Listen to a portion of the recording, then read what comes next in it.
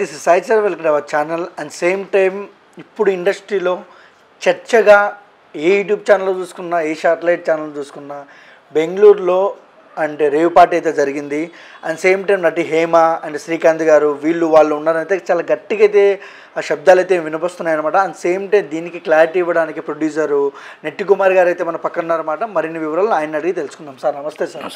Okay, మనం చూస్తున్నాం sir,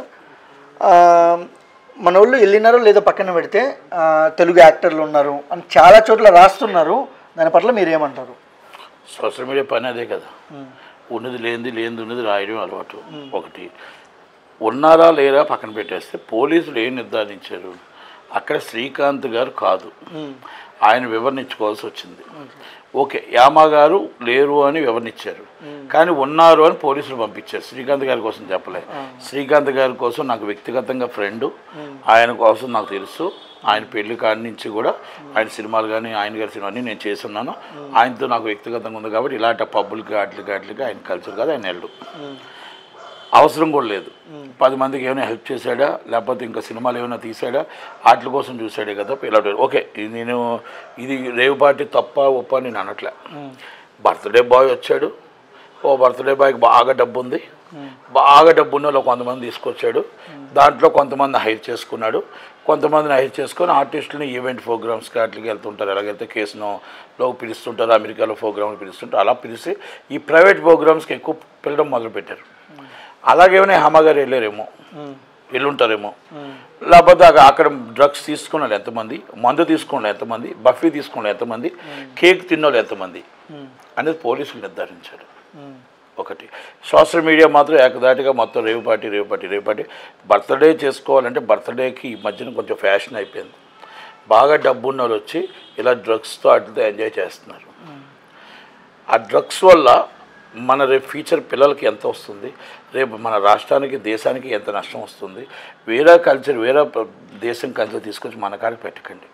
నేను ఎందుకు చెప్తున్నానంటే, నీకు డబ్బు ఉండొచ్చు, మీ నాన్న బాగా 1000 కోట్లు సంపాదించవచ్చు, నువ్వు వచ్చిన ఫ్రెండ్స్ కూడా 1000 కోట్లు బాగా సంపాదించి ఉండొచ్చు, కానీ డ్రగ్స్ అనేది ఓ మహమ్మారిని కొన్ని వందల మంది, కొన్ని లక్షల మంది పిల్లలను నాశనం చేసేస్తుంది అనేది గుర్తుపెట్టుకో. డబ్బు ఉంటే నీ ఇంట్లో పెట్టుకో, డబ్బు బాగా ఉంటే ఎంజాయ్ చేయి, అంతే తప్ప ఇలా నువ్వు పార్టీలు పెట్టి రేవ్ పార్టీలు పెట్టి చట్ట వ్యతిరేక పనులు చేయకూడదు. చేస్తే ఇలాంటి వాళ్ళు పీడీ యాక్ట్ కింద ముందు లోన్ వేసేయాలి. పీడీ యాక్ట్ కింద తీసుకెళ్ళి ముందు లోన్ వేసేయాలా? మేనేజ్మెంట్ ఎవరు చేశారో వాళ్ళు తీసుకెళ్ళి ముందు పీడీ యాక్ట్ కింద లోన్ వేయాలా? యువతల కాసి వచ్చిన వాళ్ళు కూడా ఇంతకుముందు ఏమైనా కేసుల్లో ఉన్నారా? ఇంతకుముందు డ్రగ్స్ కేసుల్లో కానీ, మద్యం కేసుల్లో కానీ, వ్యభిచారం కేసుల్లో కానీ ఇలాంటి వాళ్ళు ఎవరైనా ఉన్నారా? వాళ్ళున్నా కూడా పీడీ యాక్ట్ కింద వేయచ్చు. ఎందుకంటే పీడీ యాక్ట్ అంటే 3 సార్లు ఒక్కసారి కేసు రిజిస్టర్ అయితే 4వసారి లోన్ వేసేవచ్చు. రౌడీ సీట్ కూడా ఓపెన్ చేయొచ్చు, ఏమైనా డెకాటీ సీట్ కూడా ఓపెన్ చేయొచ్చు. ఎందుకు ఇంత గట్టిగా చెప్తున్నానంటే, డ్రగ్స్ అనే మహమ్మారిని మనం ఎంత దూరంగా పెట్టి మన పిల్లల్ని, మన దేశాన్ని, మన రాష్ట్రాన్ని రక్షించుకుంటే అంత మంచిది. అది సినిమా ఫీల్డ్ వెళ్ళినా తప్పే, సాఫ్ట్వేర్ వెళ్ళినా తప్పే, ప్రైవేట్ వాళ్ళు వెళ్ళినా తప్పే. పోలీసులు కఠినంగా శిక్షించాలి. దీనికి పొలిటికల్ సపోర్ట్ ఉండకూడదు. పొలిటికల్ సపోర్ట్ ఉంది అంటే రేపు ఉదయాన్ని మన పిల్లల్ని మనమే ఇబ్బంది పెట్టిన వాళ్ళు అవుతాం. కనుక ఇలాంటి వాళ్ళు సినిమా వాళ్ళు వెళ్ళి నిజంగా నిర్ధారణ అయితే వాళ్ళని ముందు ఇమ్మీడియట్లీ మా అసోసియేషన్ నుంచి రిమూవ్ చేసేయాలి. ప్రొడ్యూసర్ కౌన్సిల్ నుంచి రిమూవ్ చేయాలి. నిర్మాత అయితే డైరెక్ట్ అయితే డైరెక్ట్ అసోసియేషన్ నుంచి రిమూవ్ చేయాలి. అంటే నేను ఎందుకు చెప్తున్నానంటే, చట్ట వ్యతిరేక పనులు చేయడానికి ఛాంబర్లు, కౌన్సిళ్ళు, మహా అసోసియేషన్లు లేవు. ఎవరి ఇష్టం ఏమండి, ఇండివిజువల్ బాడీ వాళ్ళది. వెళ్తున్నప్పుడు ఒక సినిమా ఫీల్డ్ అన్నప్పుడు, సినిమా ఫీల్డ్లో వస్తున్నప్పుడు ఒక బాధ్యత గల పోస్టులో హేమ గారు ఉన్నారు కాబట్టి ఒకప్పుడు అందరికీ ఒక బాధ్యతగా 10 మందికి చెప్పే విధంగా ఉన్నారు కాబట్టి ఆమె ఒక చిన్న తప్పు జరిగితే ప్రెస్ మీట్లు పెట్టి మరి బీభత్సం చేసి నరేష్ గారిని ఎంత బీభత్సం చేశారు. ఈరోజు ఒక చిన్న వీడియో పెట్టి నేను ఒక ఫామ్ హౌస్లో చిల్లు అవుతున్నా అన్నారు.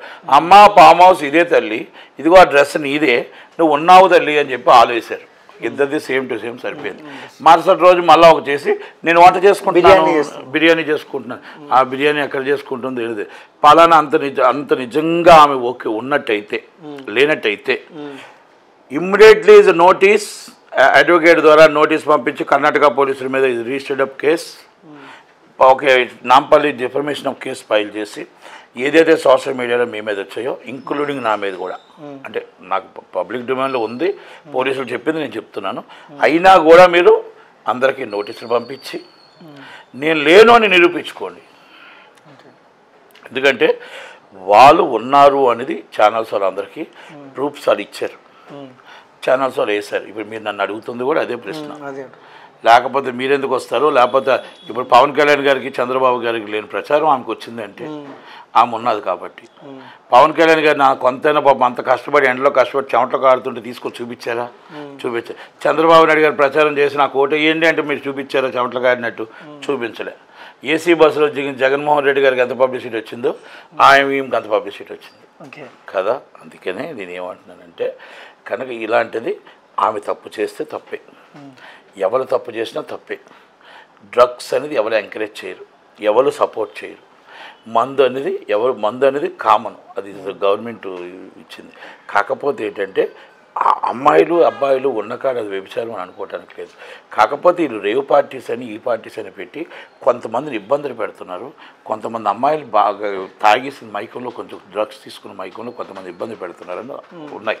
కనుక ఎవరైతే ముందు బర్త్డే చేసుకుని తీసుకొని పీడీ యాక్ట్ కింద తోసేయాలా, ఎవరైతే గెస్ట్ హౌస్ ఓనర్ ఉన్నారో గెస్ట్ హౌస్ ఓనర్ని పీడీ యాక్ట్ కింద లోన్ వేసేయాలా, తర్వాత ఇమ్మీడియట్లీ ఆ పార్టీ మొత్తం ఈవెంట్ చేసిన ఆ వ్యక్తి ఎవరైనా ముగ్గురిని తీసుకెళ్ళి ముందు ఇమ్మీడియట్ పీడీ యాక్ట్ కింద లోన్ వేసేయాలి.